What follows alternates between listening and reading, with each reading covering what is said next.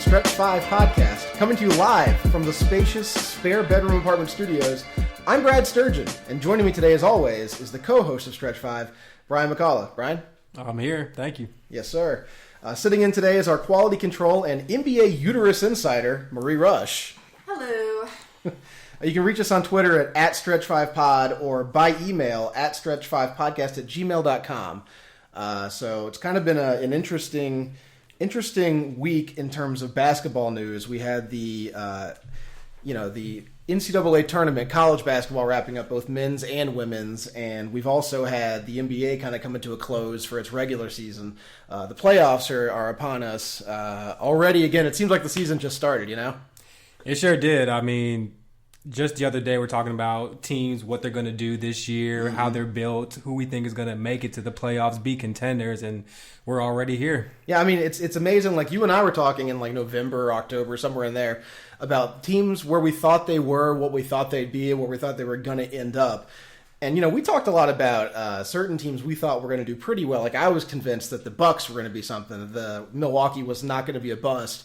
I thought they had the pieces. I thought they had a coach in place. I thought there was a system. You know, I thought, oh, here we go. You know, they did such a good job last season getting to the playoffs and kind of making it interesting in that first round before getting knocked out. But unfortunately, you know, what you see is not what you get sometimes in the postseason. And, you know, it's always a question of who's going to show up and also who's going to be consistent throughout the season. So,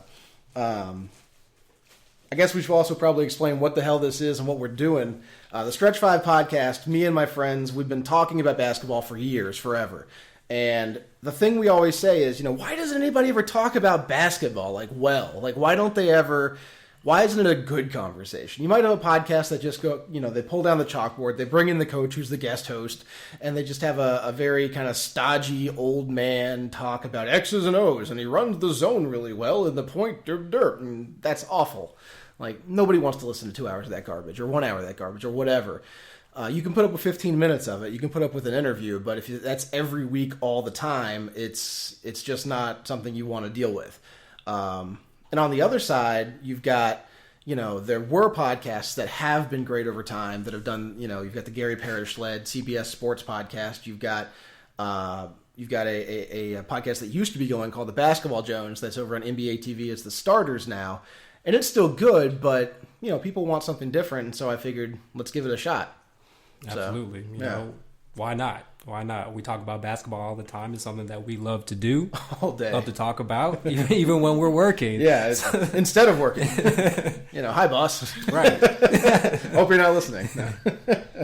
But I think the first thing we're going to talk about on this, because it's just such a ridiculously explosive story, it's something that really kind of came out of nowhere later on into the week, probably about Thursday. And that's the story about how legendary Tennessee women's coach Pat Summitt's 25-year-old son, Tyler Summitt, resigned as head coach of Louisiana Tech's women's basketball team. You probably didn't know that he was their head coach, and you probably definitely didn't know that a 25-year-old was head coach anywhere, women's basketball or otherwise. But the interesting part about this is he's a married man. You know, he's coaching this team. They brought him in. They brought an experienced coach in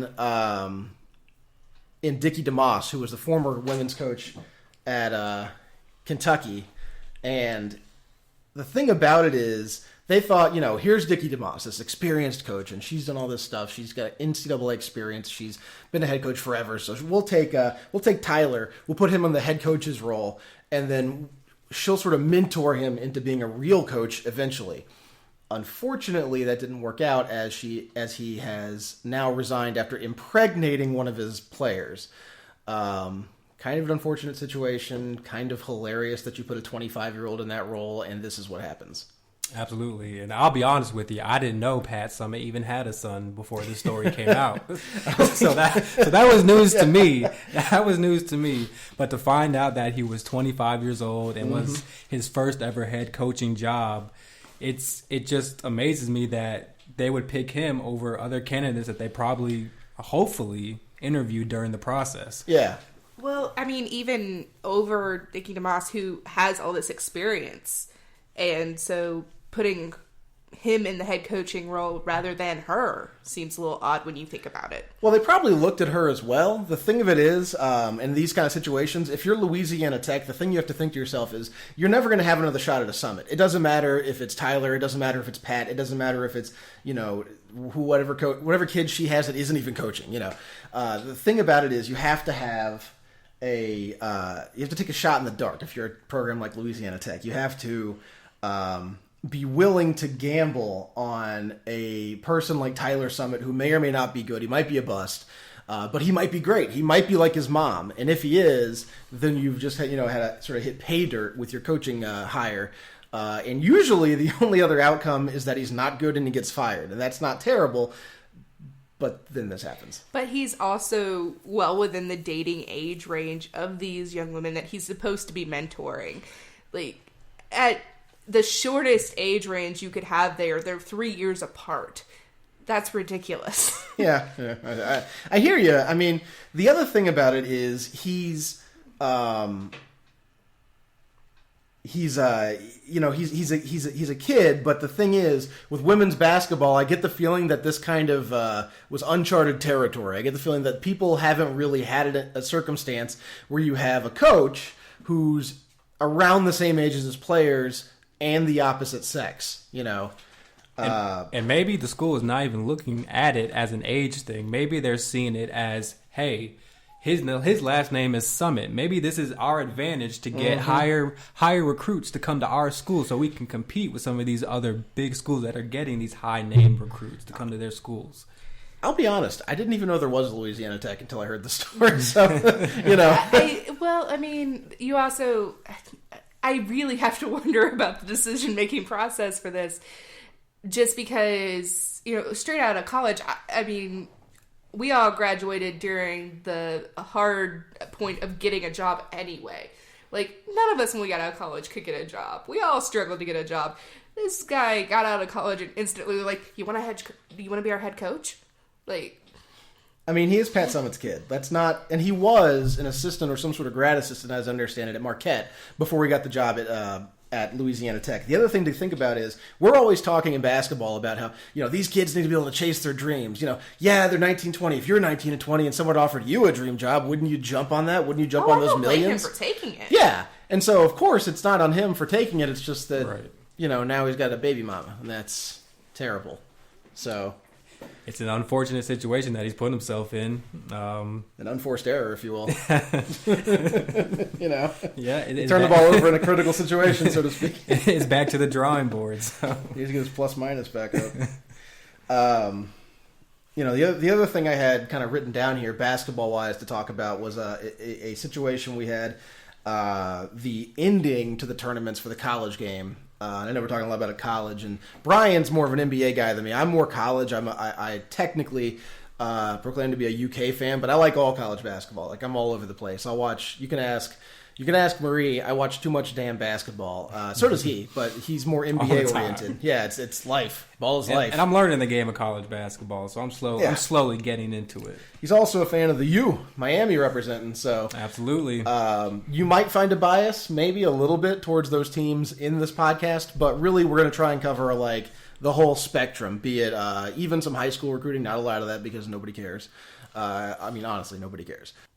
But aside from the high school game, we'll also have college, women's game, when it provides us with stories like this Tyler Summit thing. Also we'll have the NBA, which is the biggest league. We'll have foreign leagues, FIBA, the Olympic Games. Whatever comes up, whatever stories pop up in basketball, whatever comes out that's interesting and that affects the game and that is fun to talk about, not just X's and O's, but also just interesting player comparisons, historical facts, notes, stats, things of that nature. Anything that we deem, it's worth talking about. So. Well, and things that make us argue. Yeah. I feel like that's probably when we're at our best, is when we're arguing. Yeah, arguing is definitely where it's at. So, Brian, what did you make of the... I know you said you turned on 5 seconds of the women's game, and you were like, oh boy, they're up by 30, Oh, it wasn't even 5 seconds. It was 0. It was 0 seconds. I didn't see a single bit of it, but just the fact that looking at this game, you think it's going to be competitive, knowing that UConn has won, 3 straight national titles leading into the game. I just don't see it. It doesn't appeal to me. And I know the outcome. Betting worlds, they know the outcome. And what do we know? It turns out that they won the game by 40? 30? Vegas wins again. They won by about 30 points. I believe it was 31 at the end of the game. They hadn't lost a game the entire women's NCAA tournament by any less than 21 points. That was their lowest margin of victory.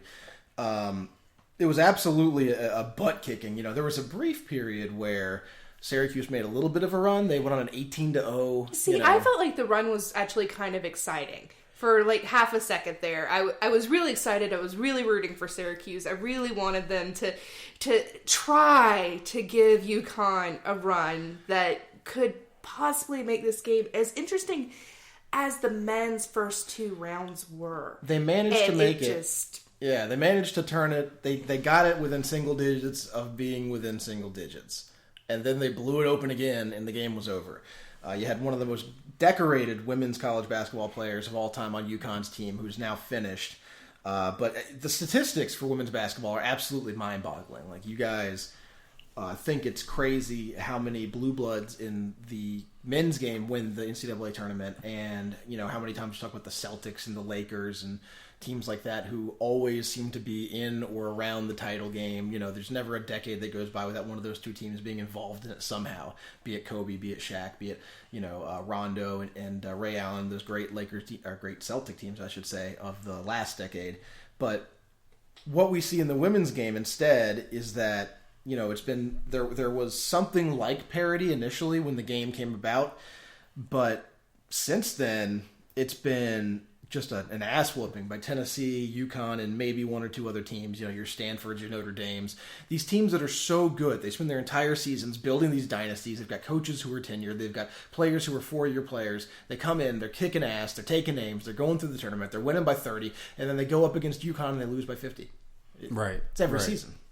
And I almost look at it as UConn having a monopoly over the women's college basketball game. I mean, Gino, what type of recruiting does he have to do but show them his resume and show them what his teams have done and to get the best college athletes to come to his school? He's got more rings than he does fingers now. He's got 11 rings as of this one, more than John Wooden did at UCLA for context. He, if you look at the way the fields have expanded, I think part of the problem is that the women's game it grew too quickly. It started out with a very small field, relatively speaking to now, but compared to the men's game, it was a huge field. Initially in 82, the game started with a 32-team field. Within 5 years, it was a 40-team field. Within 10 years, it was the 64-field team we have today. Less than 10 years of the sport starting, you go from 32 to 64, and you start with 32. That seems like a lot of people, a lot of programs that have to build from nothing, Well, I mean, okay, women's basketball has been around longer than 10 years. The tournament may not have, but the basketball itself has. Oh, no, I'm saying the tournament, within 10 years of the tournament starting. Right. It doubled in size. I have to wonder if the difference there isn't about how long the tournament has been around as much as it's the difference between men and women's sports and how they are viewed in our country, how they're treated in our country, and just there's a huge difference there. You have a pro team that you can go to for most men's sports. You do for women's basketball. You absolutely do in the WNBA. But it's not the kind of pay rate that the NBA is. And it's not as big as the NBA by a long shot. There is not as many women as there are men in the NBA. Yeah. So you have less of a chance of going pro. So you have these women who are not leaving college. They're going in. They're going for all 4 years. They're being seniors. They're there the whole time.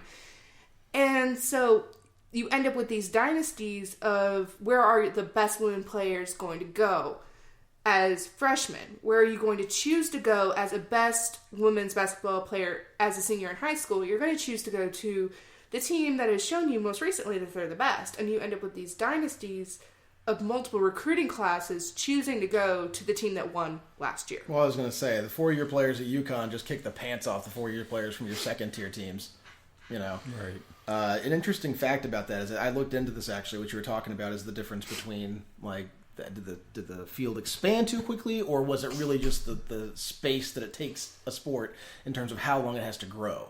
Like, what about the men's team? So the women's team, the women's game has been in the NCAA tournament. That's been going on for 34 years. This was the 34th year of that tournament. And I looked and saw what was going on in 34 years into the men's tournament, NCAA tournament.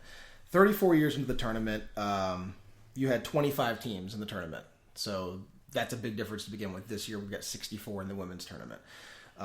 In the last 22 seasons, women's teams that aren't named UConn or Tennessee have accounted for 6 national titles over the last 22 years. UConn and Tennessee have the other 16. That's crazy. That's such a big number. By comparison, the last 22 seasons for the men's tournament, UConn's won 4, UK and Duke have 3. UNC and Florida have 2, and then you got UCLA, Arizona, Michigan State, Maryland, Syracuse, Kansas, Louisville, and Villanova that each have 1. That's a pretty solid, And we could almost argue that you could almost compare apples to apples when it's the women's game and the men's game as far as who's winning these national titles. It's just that the sample size for the men's game is going to be a little bit bigger than UConn and Tennessee on the women's side. Yeah, it's an interesting topic, but at the end of the day, really the problem becomes that the rest of the field just can't keep up with UConn, and it makes it to where it's fun to talk about how dominant they are for like the next day or the next podcast. And then for the rest of the season, you're kind of like, yeah, but it's going to be UConn. Well, I kind of have to wonder, because for a while there, it wasn't UConn, it was Tennessee. UConn wasn't winning. So what happened to Tennessee? And if that happens to UConn, who's next? Tennessee was the team that we all thought UConn is now. Tennessee was the team that was dominant early and had a great program, had an excellent coach in Pat Summitt. Tyler Summitt aside. Her mistake was making Tyler Summitt. Her success. I'm sure he's a lovely man. He obviously has women in his life who love him. Yeah, multiple women in his life. His wife, his player, his point guard, his mistress. But the whole 9 yards. Exactly. But aside from that, her success was that she's obviously an excellent coach. And the thing is, she won like three of them in a row at one point, and then missed the next 2 title games. And that was the opportunity that Gino Auriemma took to create this gigantic UConn empire. The thing is, we're all wondering, well, when's Gino going to trip up? But he's got 4-star Goliaths. He's got kids who are 6. His current star, she's 6'4". She can dribble the ball like a guard. She's big enough to play in the post, and you can't stop her. She has all the shots. Like, there's nothing anybody can do about that. And she's graduating with a couple of seniors.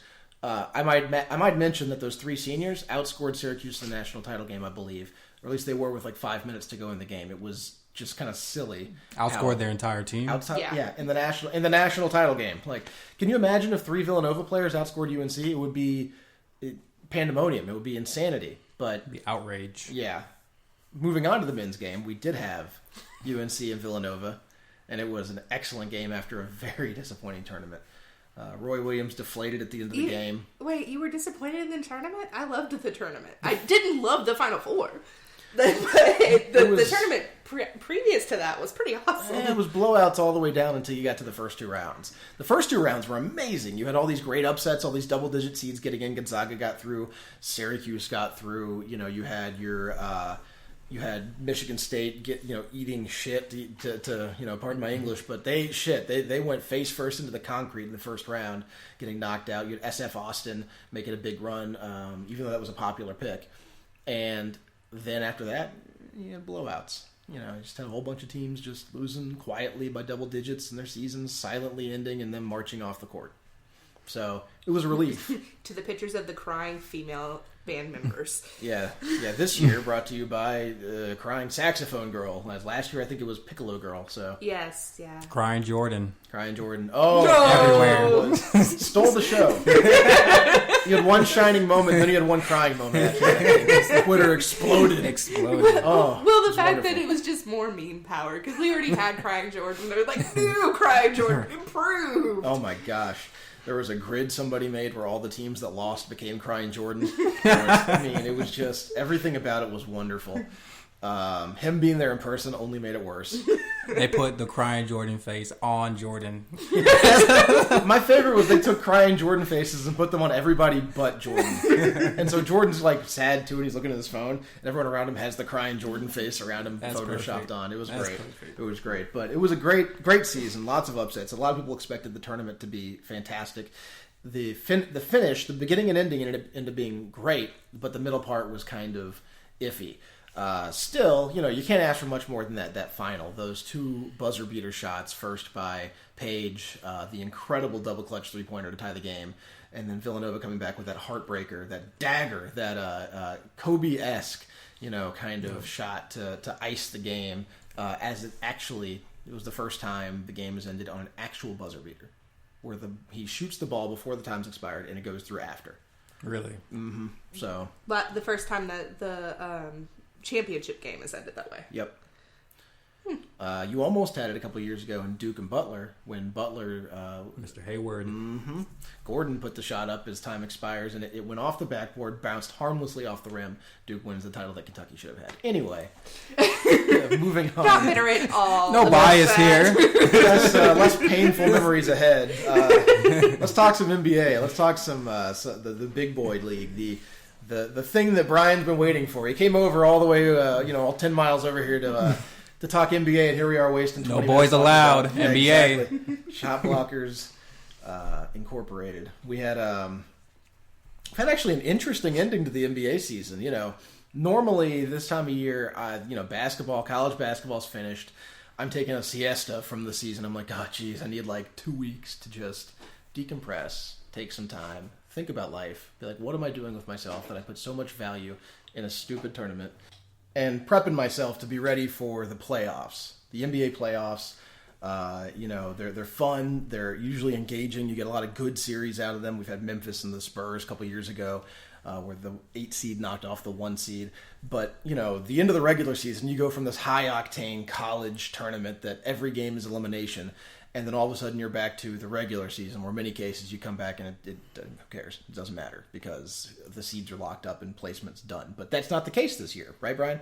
Yeah, the whole year it's been from start to finish teams battling for playoff seeds. Looking at the East, you have teams 3 through 6, Boston, Charlotte, Miami, all vying, Atlanta, all vying for those playoff spots to get home court advantage. Yeah. You've had teams that we've been surprised to even see trying to make it to the playoffs. You have Portland up there playing for a 5th seed. Damian Lillard is just killing it this year. Like we thought he was great, but we didn't think he'd be this. Right. Certainly. If it wasn't for, Steph Curry, Kawhi Leonard, Damian Lillard would be up there for MVP candidate, What about Whiteside? Hey, I wasn't going to bring out my bias just yet, but if you want to throw his name in there, we can do that. Yeah. But no, what I was saying is like the interesting thing is all these games, usually they either don't matter or they're teams that don't matter. Like it'll be, mid-range East team versus mid-range West team, and they're both locked into the 10th seed. So who, bleeping cares about what the result of that game is. But in this case, we have games like Atlanta versus Toronto was this week. And that was a game where you had 2 teams vying for that mid-level seed in the East Conference that need that win pretty bad because 3 through 6 is a logjam this year. Everybody's in there. You got the Celtics, you got the Heat, you've got the Hawks, you've got the just the entire conference, it feels like, is all trying to get 3 through 6. And you've got Toronto on top of that, and they're 2, but they're not, I don't know that they're actually, or at that point, were locked into this 2 spot. Were they there yet? I think right now they are locked into that 2nd spot. Yeah. Cleveland tonight does have a chance to clinch the number 1 seed in the Eastern Conference with a win over Chicago. That should be an interesting game because Chicago is going to want to deny. They're also fighting for their playoff lives right now. If they lose, they are eliminated from the playoffs.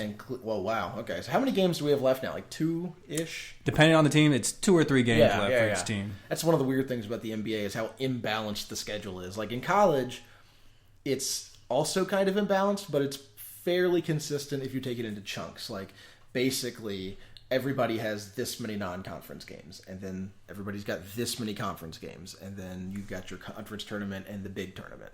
In the NBA, it's just totally all over the place. Some teams play. I think there was some stat that through like 20 games this season, there was a team that had played like 4 games less than the team that played the most number of games.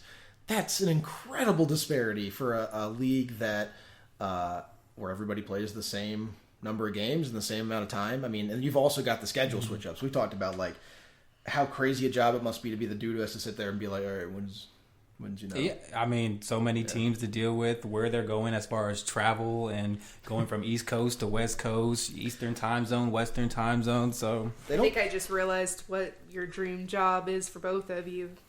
Our job personally, we schedule things for a living.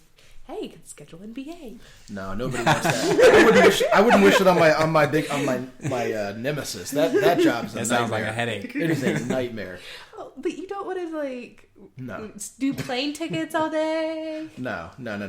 It's I'll pass. I mean, you got to think about 82 teams playing each other the same number of times all season. That's an absolute nightmare. And the thing of it is, you end up with weird situations. Like early on, we had Golden State playing Memphis over and over and over, and playing the Nuggets a bunch, and playing the Lakers a bunch, and playing all these teams that were garbage. And then late in the season, we get San Antonio, and they play Oklahoma City, and they play teams that are really, really solid. And so what ends up happening is in addition to looking at their records, you also have to look at who they've played and where those teams should be sitting early in the season. We knew San Antonio would be good. We knew Golden State would be good. They didn't play each other, so it was really hard to tell. Like, when was the first time they played? Like, wasn't it February? I think it was later than that. Jeez. It almost felt like it was maybe a month or two ago. Yeah. So you look at Golden State's schedule at the end of the last 4 games, and you almost feel like the guy that made the schedule kind of got lazy because it goes San Antonio, Memphis, San Antonio, Memphis. Uh-huh. Like, okay. Was there's a Nuggets in there somewhere? Was that San Antonio? To the Spurs? That was San Antonio because they played the Nuggets last night. Yeah. Yeah, now what about Cleveland though on the east side? Because the west side it's kind of locked up. You know who the first 2 are. You know who the next 2 are, and then you've got the bottom half of the bracket, and that's still a little bit shuffling. But you got the teams in Texas that aren't San Antonio that are fighting. Although I think the Rockets might be out at this point. And you've got just teams that are sort of figuring out who they are at the bottom part of the West with Portland and your Dallases and teams like that. But on the east side, you've got Cleveland, and it looks like as you say, if they win tonight, they'll clinch the first seed. But they haven't looked great. Yeah, I mean, the way the media's been talking about Cleveland, it would sound like they're battling for the 8th spot. But really, they've been at the top of the East the entire season, from start to finish. But it's that internal turmoil that they've been having, whether it's, firing their head coach during the middle of the year or, just players, going at each other, having closed doors meetings and things like that. So it doesn't sound like they're a number 1 seed, but based on their record, they're up there. And dealing with injury, with Kyrie Irving having to come back, Kevin Love having to come back, with LeBron James having played 800 million minutes in the last 10 seasons. I mean, That man, I've never seen somebody play so much with getting hurt so little. And you'd think I think he's kind of a victim of circumstance in a lot of cases. Like you look at another guy to use is DeMarcus Cousins. Rarely hurt, plays his butt off, doesn't play dirty that much. Like he doesn't do stuff where off the court either, where you're like, well, that's just the way it is. They're always doing drugs and beating up women and whatever, and here's Cousins, who doesn't do much off the court wrong, but he gets on the court and he gets a tee and everyone's like, oh, that thug, oh, what a terrible person. And I think LeBron suffers from some of that too. Like if he gets a cramp, everyone's like, what a wimp, other players never get injured. No, that's not true.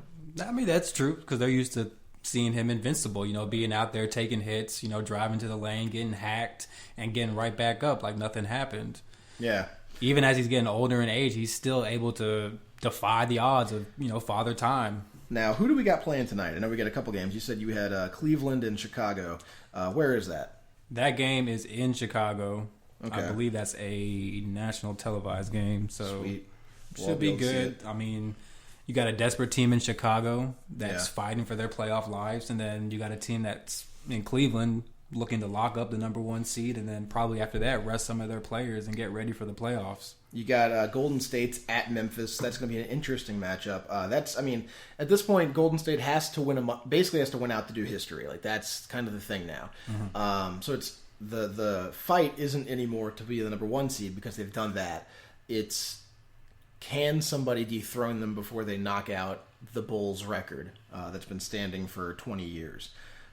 What else do we have? We got Minnesota at Portland. That's actually going to be a really interesting game, I think, because I love Minnesota. The way they played Golden State, the way Karl Anthony Towns is playing right now, the way Andrew Wiggins is playing well, the way even like guys like Shabazz Muhammad who have been, I love Shabazz Muhammad because hey, your boy had 30+ points in that Warriors game. He was going off. You got Ricky Rubio. I always feel like that team is just a team full of castaways. Like, stay with me here. It's a team full of first and second round or lottery picks, players who were lottery picks who other people didn't want or who were busts at first and have kind of redeemed themselves. Ricky Rubio, everyone thought he was the next thing. He was going to be Steve Nash. He was going to be CP3. Instead, he was a complete bust in many people's eyes, and he's been working to try and redeem himself over time. Wiggins was traded, immediately away from Cleveland when LeBron came back. You have Shabazz Muhammad, who is supposed to be the next LeBron, who has been at best serviceable. He's good, but he's kind of like your boy Beasley. He's got talent, but I mean, what's he doing really? Right. And then of course you have Karl Anthony Towns, who's the number one pick, who is all that, and Wiggins, of course, is also a very strong player. They definitely have a young core to build around moving forward, as far as having Karl Anthony Towns, Wiggins, who's already playing above what anybody thought he was going to be. And then to me, I don't think Rubio is a good fit for that team. I think they could have an upgrade at point guard to make them a little bit better and to get them to that next level to be a playoff team. What do you think they need on that roster to make them a better team? Because Rubio brings a lot of interesting things. He brings some scoring, but he's more passing, kind of pass first point guard. It does seem like that's a team where you don't need more shots. There's plenty of shots. Plenty of guys to take shots for you. I think a good veteran presence would help that team because of their young nucleus.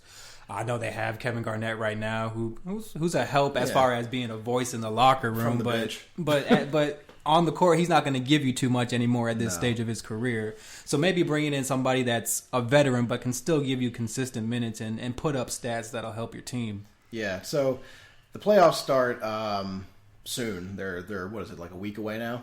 Yeah, actually, next weekend playoffs will begin. So that'll be interesting. The really cool thing for me, and what I was getting at a little bit earlier, is that normally a lot of the stuff is already shaken out. Now we've got the first seeds basically with the Cleveland win. Both the one seeds will be done tonight. But the last week we've had nights where stuff has happened that's been bad for the one seeds, then stuff has happened that's been good for the one seeds, and it's gone back and forth. And you're like, well, what's going to happen? Who's going to end up where? The fact that you had a team that was going for 70 wins, that was gunning for past 70 wins, and they weren't a lock for the one seed in the West is awesome. Yeah. And then there's Cleveland, and they're good too. So it can be. They're somewhere up there. Yeah, they're up there. The East is wide open, and that's going to be exciting. The NBA playoffs are always one of the most exciting times of the year because you got, you never know what's going to happen. They say that in 7 games it should all even out. It usually seems to, but that's the time when people sort of rise. They elevate their game. That's when a guy like a Damian Lillard could really make some noise. He could really do some damage, knock somebody out, have a couple 40-point games, string them together, and all of a sudden you have a series, So we're all looking forward to that. Of course, this summer we've also got the Olympics after the NBA. Those will be going on in Rio. Is it already time to talk about that? Well, I'm just putting it out there for what's going to be happening. I mean, it'll help us in the summertime. I feel like that's a couple of months away. Oh, well, and we'll break it down. We'll have breakdowns. We'll see who's playing for what, who's declaring for what teams. We'll talk about coaches and who's done what previously. We got to lead you up to the Olympics. Yeah. But I'm just saying it's out there. The truth. Okay. And Rio. Rio is out there somewhere. But the thing with the Olympics that I'm interested in is I'm actually more interested in the women's game this time around because of the virus because of the virus? Yeah, I thought you were going to go with Brianna Smith because they're talking about she might actually skip the WNBA, go straight to the Olympics.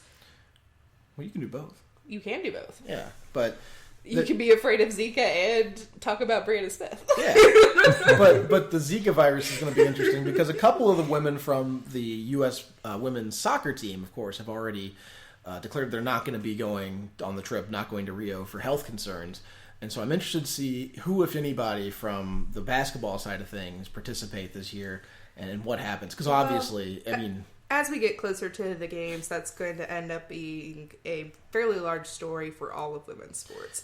Anyone who's of childbearing age, which is most women athletes, are going to have to take that into a little bit of consideration as to how much of that they want to listen to, how big of a issue they believe it is for themselves personally, and it might really change how the Olympics go for the women's side of sports. Yeah, it might end up with an upset bid from somebody who just doesn't have, going up against the U.S. team that doesn't have the bodies because of the Zika virus scare. Conversely, it might just end up being better basketball because normally it's decent until you play the U.S. and then it's kind of like UConn. It's just a team of 6'7", 6'8" monsters who are so much bigger and better at ball handling than the rest of the world that it's really not fair. It's worse than the Dream Team in some ways. So it's almost like saying this virus will even out the playing field. Only the strong will advance. Only the strong. We do not believe that the Zika Can we get more of this for Golden State? It's a good thing. It is a terrible tragedy. Can we get some of the Zika sprinkled in? No! Why would you say that? Like, can we? I don't know. We are not going... You just want good basketball. That's all you want. That's all anybody should ever want in life, I think. Can somebody get Tyler Summit on the phone? Screw a national or world wide crisis of health. Will it be good for basketball? Oh, I'm telling you, we just gotta get Tyler Summit on the phone, get him to get Tyler Summit and some of them boys out there with some Zika. Have you seen a picture of Tyler Summit? I feel like send him up to UConn. Tyler Summit is a special case of that is not a physically attractive man to a large population of women. It kind of looks like Frisch's big boy. A little bit. You know? A little bit. He also kind of looks 12. Yeah, he's got those little rosy very red much cheeks. 12. Yeah. If you haven't seen the man, take a look him up because he is Google image that. He is childlike. It should be just type in Pat Summit and Google will finish that one out for you. Not only is he childlike, the first thing he pulls up when you Google Pat Summit now is Pat Summit's son. That's a shame. What about grandson? I guess now, huh? No. Soon to be grandmother. Yeah, Pat exactly. Well, she lasts that long. Unfortunately, as we know, Pat Summit is suffering from Alzheimer's, and that's a tragedy because she's one of the best coaches to ever coach the game on the women's side, or any side really. But it's unfortunate, and this, of all the things you don't need, Well, it's a horrible disease. It's horrible when anyone who's great at something, you find out that they have some sort of physical ailment that is going to eventually stop their greatness. Yeah. But it's unfortunately something as we get older happens to a lot of us. Well, she had to deal with it. She stepped down from the reins of the Tennessee program. Some felt early because of the virus, but I think that's for now. Alzheimer's isn't a virus. A disease. It's a thing she had that made her not do it anymore. I don't know. What do you want? What do you want from me? Health Watch. Alzheimer's is not a virus. It is not contagious. You should not be afraid. Pat Summit got the Alzheimer's. Zika virus and she had to retire from basketball. That is not how that works. Sure it is. It's close enough. Anyway. Moral of the story for this podcast, it's close enough. So, we don't have any joins or rejoins. We don't have any music just yet. We're working on that. We don't have a soundboard that's coming soon. Actually, if you are a composer and you think that you have the perfect music for us, send us some music. We will listen. Though we'll be afraid to hear what exactly you think the perfect music is for this nonsense. We're open to suggestions. The all two of you that listen to this, send us your music. Hi, Mom. But anyway, I think that probably is a pretty good place to wrap up. What do y'all think? Yeah, that's good. First podcast, first success to me, man. In the books. Yeah. Or on the computers, or in the internets, or on the iTunes, or whatever it is, however you want to say it, whatever you want to call it. This is Stretch 5, the first podcast. Hopefully we'll have a lot more coming at you soon. For Brian McCullough and Marie Rush, I'm Brad Sturgeon. You can hit us up at Stretch5Pod or Stretch5Podcast@gmail.com. Please go ahead and do that. Send your hate our way, and we will talk to you